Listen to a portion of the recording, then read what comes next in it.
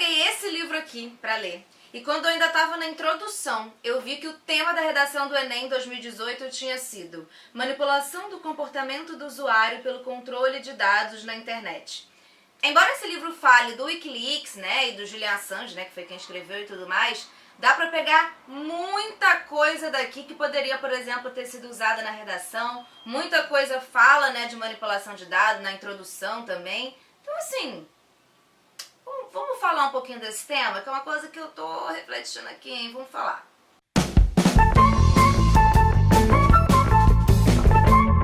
Quando o Google encontrou o Wikileaks, começa com o Julian Assange explicando qual foi a motivação para ele ter escrito isso aqui. Ele fala um pouquinho de como foi o encontro dele com o Eric Schmidt, que é o presidente do Google, e eles estavam discutindo sobre diversas questões da humanidade, sei lá, da Primavera Árabe ao Bitcoin, e de como a tecnologia de alguma forma influenciou / influencia todas essas atividades. Ao lado de um cara chamado Jared Cohen, o Eric Schmidt, presidente do Google, escreveu um livro chamado The New Digital Age. E aí nesse livro eles ficavam, enfim, pensando sobre o futuro da tecnologia, da humanidade, das políticas e como todas essas coisas se afetam. Por isso que eles entrevistaram o Julian Assange. Essa entrevista tinha sido feita para este livro que essa dupla ia escrever, porque era um cara que estava envolvido, né, com a coisa do Wikileaks, que eu vou explicar um pouquinho mais pra frente, um cara que usava a tecnologia e isso afetou diretamente a política. Então ele era um personagem interessante para ser entrevistado. Só que aí, quando o livro saiu, o Julian Assange, que é um cara esperto, ele gravou a entrevista inteira porque ele já sabia como as coisas são nesse mundo. Ele gravou a entrevista inteira. Quando o livro saiu, ele percebeu que os autores tinham usado, assim, deturpado várias frases dele, usado frases que ele falou para defender ideias que não são as ideias que ele defende. Enfim, tava tudo uma confusão. Ele falou, cara, eu preciso mostrar o que eu realmente disse. Então esse livro aqui, além de ter alguns outros textos, né, que eu vou explicar mais ou menos o que eles são, esse livro tem aqui no miolão uma transcrição dessa entrevista e tem também um link, ele bota link para todas as fontes, né, então tem um link para um lugar onde está o áudio dessa entrevista, para quem quiser checar, de alguma forma também tem disponibilizado isso aí. E aqui também, nesses outros artigos, esse livro ele é curto, ele tem 168 páginas, se eu não me engano. E além dessa entrevista, nesses outros artigos, ele fala também da importância do Google nessa sociedade do século XXI, de como é importante também a gente saber o que o Google anda fazendo, né? Então ele fala da participação do Google, da relação direta com não só outras empresas privadas, como com o governo norte-americano. O Julian Assange, ele tá desde 2012 em asilo político na Embaixada do Equador em Londres. Isso porque se ele bota o pé para fora da embaixada, Londres, né, é porque ele tá em terreno do Equador, né, território do Equador. Mas se ele sai da embaixada, ele pode ser extraditado para a Suécia, onde ele é acusado de estupro e agressão sexual. Ele nega essas acusações, mas ele acredita que se ele colocar o pé para fora da embaixada, ele pode ir para a Suécia e a Suécia extraditá-lo para os Estados Unidos, onde ele teria que responder pelo Wikileaks. E essas coisas, você vê como que as coisas estão todas circulando nesse feriadão, né? Você tá vendo o vídeo aí na terça, na quarta, não sei como, mas nesse feriadão, poucas horas antes de eu gravar esse vídeo, vazou na internet, porque muita gente acredita que não foi um vazamento sem querer, foi um aviso de que os Estados Unidos efetivamente tem, porque até então não tinha, efetivamente tem a ideia de julgar e tudo mais o Julian Assange. Só que isso só seria anunciado depois que o Julian Assange já tivesse sido preso. Mas ele segue lá na Embaixada do Equador. A grande treta com a Wikileaks é que a Wikileaks vazou em 2010, vou colar aqui, quase 500 mil arquivos secretos de militares e 250 mil documentos diplomáticos. A questão é que esses documentos, eles de alguma forma contradizem informações que o governo, né, central ali, o governo regular, bonitinho, coisas que o governo falava. Então, desde informações de guerra, né, quem foram os mortos na guerra, o governo falava uma coisa, essas informações dizem outras. Então, contradiz muitas coisas que os governos falavam. E aí o governo dos Estados Unidos vem dizendo que isso é um absurdo, que isso pode trazer muitas pessoas podem morrer por causa disso, porque são informações secretas de inteligência para salvar a humanidade. E aí não só com relação ao Wikileaks, mas com relação ao Edward Snowden, que eu vou falar dele mais pra frente, já foi perguntado para diversos representantes do governo quantas pessoas foram efetivamente afetadas, mortas, feridas ou sei lá, qualquer outra coisa assim, desde que esses vazamentos aconteceram. E a resposta é ninguém. Então, será que eles estão muito preocupados com a população em geral ou com o que eles estavam fazendo escondidos? O livro começa com uma apresentação do sociólogo brasileiro Sérgio Amadeu da Silveira. Então ele faz um panorama assim de muitas coisas relacionadas a essa divulgação de dados. Ele fala do Snowden também e ele conta um pouquinho uma breve história da Wikileaks e tudo mais. E ele faz a seguinte afirmação entre as muitas coisas legais que ele fala: o grande valor do Google não está em seus milhares de servidores, prédios, veículos ou terrenos, mas na sua capacidade de obter dados de milhões de pessoas do planeta e cruzá-los a fim de formar perfis de consumidores potenciais, organizar as características finais dos comportamentos e agrupar os diversos tipos de preferências culturais, econômicas e até mesmo ideológicas. O grande negócio do capitalismo cognitivo é a modulação dos comportamentos. E mais pra frente ele fala sobre a questão dos algoritmos, que aí eu acho que tem muito mais ainda relação com a prova do Enem, e fala como o Google e Facebook usam os algoritmos não só, claro, né, o que eles usam por trás, eles dizem que não usam, como uma forma de identificar como cada um de nós é, o que cada um de nós anda fazendo e ver todos os nossos passos, mas também eles colocam a gente numa chamada bolha de filtragem. Isso significa, eles vendem como uma coisa positiva, como se agora você só vai ver, de acordo com o que você curte, com o que você comenta, com o que você compartilha, as coisas que vão aparecer no topo da sua pesquisa do Google, ou as coisas que vão aparecer para você no feed de notícias do Facebook, são especiais para você. Ele fala, olha, a gente está fazendo aqui uma curadoria com base no que você quer ver, para você ficar mais feliz e usar melhor a sua rede social. Quando, na verdade, isso é basicamente uma contrapartida que eles fazem para o fato de que todas essas nossas atividades na internet, elas estão sendo usadas para colocar a gente em pequenos grupinhos, em pequenas bolhas,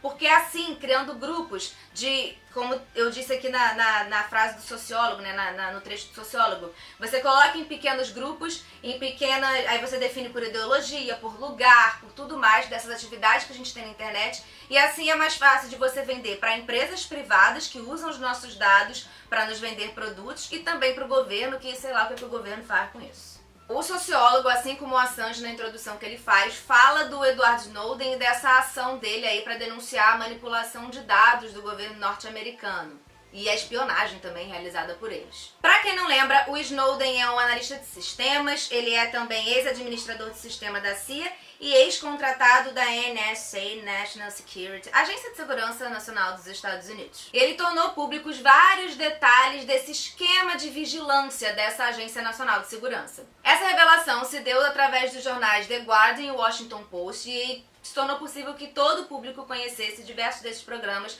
e um dos que ficou mais famosos foi o PRISM. Ele atualmente está em asilo político na Rússia, e tem alguns detalhes que eu vou contar mais à frente de como eles investigavam. Os Estados Unidos, eles faziam vigilância inclusive em governos parceiros, mas tem umas coisas que são bem mais chocantes, assim, não bem mais chocantes não, mas assim, você fica, cara, sério que as pessoas fazem isso? Tipo, quem era da NSA que tinha acesso, dizem que eles, por exemplo, podiam...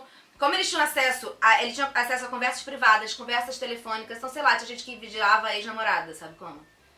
Através desse tipo de trabalho. Ele trabalhava lá, ele tinha acesso a tudo. A pessoa tem acesso a tudo. Era isso que fazia, e foi isso que o Snowden denunciou. E o governo dos Estados Unidos acusou, né, o Snowden de roubo de propriedade do governo, comunicação não autorizada de informações de defesa nacional e comunicação intencional de informações classificadas como de inteligência para pessoas não autorizadas. Na época, e o Assange fala um pouquinho disso também, né, esse livro foi lançado mais ou menos na época que esses vazamentos do Snowden aconteceram. Então o Assange faz uma introdução especial para o Brasil, falando de como os brasileiros precisam ficar atentos, porque o governo brasileiro ele foi afetado nisso, né? É importante lembrar que o governo brasileiro sempre foi parceiro dos Estados Unidos, né? É um país parceiro, o Brasil nunca teve problemas, brigas com os Estados Unidos, nada. Sempre foi parceiro. E foi descoberto que e-mails da então presidente Dilma Rousseff, e-mails pessoais inclusive, estavam todos sendo lidos pelo governo norte-americano. Eles tinham acesso a tudo isso. A Petrobras, ela tinha todas as suas trocas de e-mails e toda a sua documentação estava sendo analisada pelo governo dos Estados Unidos. Isso sem a Dilma ter autorizado, sem ninguém aqui ter autorizado. Só que aí você fica pensando, você pode não gostar da Dilma, não estou dizendo que você tem que gostar. Estou dizendo que os Estados Unidos e Brasil eram governos parceiros e os Estados Unidos eles estavam analisando tudo sem ter sido autorizado. É quase um relacionamento abusivo que tu tem um namorado que diz que te ama, mas que você sai pra tomar um banho e fica vendo tuas mensagens do WhatsApp pra saber o que você anda fazendo. Não confia, entendeu? Não tem a confiança 100%. Então assim, tá estranho isso aí, né? A transcrição da entrevista, dessa conversa em si, eu diria que é a parte mais chatinha e talvez até a mais complicada do livro. Porque ela exige que de alguma forma a gente já tenha algum conhecimento prévio, além do que ele fala aqui na introdução, sobre a história da Wikileaks e sobre alguma coisa tecnológica. Porque a Wikileaks ela tem várias coisas. Hacker vai entender melhor esse livro, né? Porque tem várias tretas ali de como funciona a mecânica para que esses arquivos, por exemplo, nunca sumam. Eles não estão em um lugar só, eles têm toda uma mecânica que você não tem, deleta o arquivo. Não é assim que funciona. Então, essa é uma parte, de certa forma, mais complicadinha. Mas o Julian Assange, ele tenta transformar isso deixar isso mais acessível para quem está lendo. Então, ele é recheado de notas que explicam vários dos termos que ele usa. Então, isso faz com que a gente consiga compreender melhor, porque são coisas que são muito importantes pra gente saber onde a gente está se metendo, saber até onde a tecnologia vai, que às vezes a gente não sabe. Então é importante a gente saber esses detalhes e essas explicações também. Bom, nesse vídeo eu tentei focar de alguma forma nesse livro, então eu citei rapidamente o que foi o Wikileaks, citei o que é, né? Citei basicamente rapidamente o que foram os vazamentos do Edward Snowden, mas porque ele cita aqui também essas coisas, eu acho que elas conversam. São muito importantes para as coisas que acontecem hoje em dia e são muito importantes para, sei lá, tipo, aí veio a prova do Enem, eu fiquei pensando que são muitas coisas que poderiam ter sido usadas. São discussões que a gente precisa ter, para além do que é fake news, entendeu? Que a gente já falou em outro vídeo, e muita gente acabou associando manipulação de dados e não sei o que é fake news, sendo que tem isso aqui também que é muito importante, muito perigoso e não tem sido muito falado nos últimos tempos. Eu foquei aqui basicamente no que o livro fala, né, com essas pontuações, mas cada um desses detalhes, a história do Wikileaks, a história do Edward Snowden, o que eles fazem, o que significa, tudo isso você pode fazer, a gente poderia fazer uma série de vídeos, né? E então, se vocês tiverem interesse em alguma dessas coisas mais específicas, comentem aqui, deixem aqui nos comentários que a gente pode focar um pouquinho mais no próximo vídeo em algum desses pontos. Links que eu vou deixar aqui na descrição. Claro e evidente, o link para vocês comprarem o livro, porque como eu sempre digo, é basicamente a nossa possível única fonte de renda nesse momento. E quando vocês compram no link que a gente deixa aqui, vocês não pagam nada a mais por isso e a gente ganha uma porcentagem dessa venda. Então você pode clicar nesse link e através desse link você compra não só esse livro como qualquer outra coisa e você já está ajudando a gente. Vou deixar também aqui na descrição um link para uma entrevista que o Edward Snowden deu há alguns anos para a Sônia Bride na Globo News. Então ali são esclarecidas muitas coisas e ele conta detalhes, né? Essas coisas que eu passei aqui por alto, ele conta detalhes. E tem também um documentário que a TV sueca fez sobre o Julian Assange, que alguém botou no YouTube e legendou, então tá tranquilo de ver, explicando também quem é o Julian Assange, quais são as ideias por trás, prós e contras, o que o governo acusa e basicamente o que é a história da Wikileaks. Então são 2 documentários, né, uma entrevista bem grande, de 1 hora quase, e um documentário para quem tiver interesse também se aprofundar nesse tema. A verdade é que a gente precisa saber, ter cada vez mais informação,